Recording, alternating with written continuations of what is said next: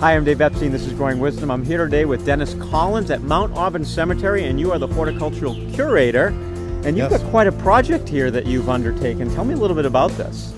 We had, in this case, a woodland, about 4 acres, that had been minimally managed for over a century.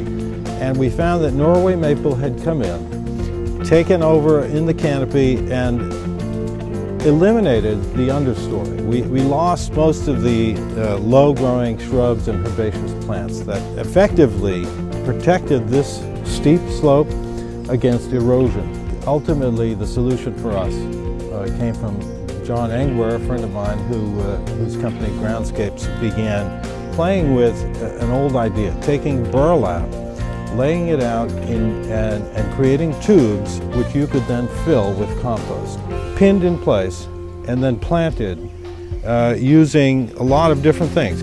You end up with plants doing the work of holding the soil against erosion. Just to show you some of the plants that ended up being used in this project, we've got woodland species of viburnum and kalmia, the mountain laurel, but down low and directly in the tubes, barren strawberry or the Christmas fern. Down here, a particularly successful one, which is yellow root, Xanthorrhiza simplicissima. It's done really well here. It's spread in just a couple of years to be a 10-foot wide bank.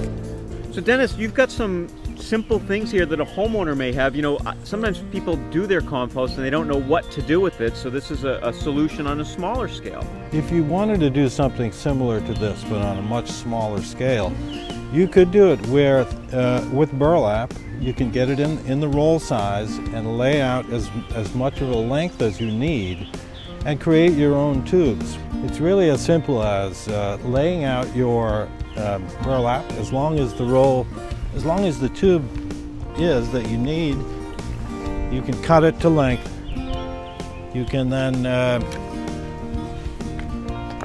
get your compost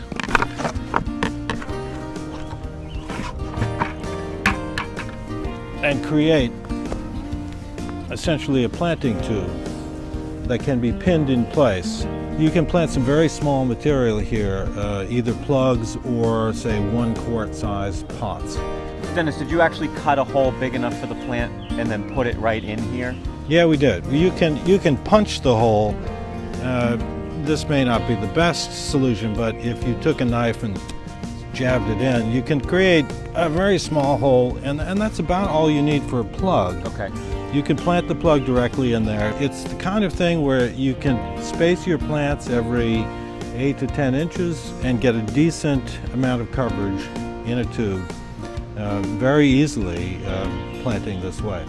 Dennis, thank you very much. This was incredibly informative. I certainly learned a lot today, and I hope you learned a lot. A little bit of burlap, some compost, and a few native plants. You can create something really beautiful at home.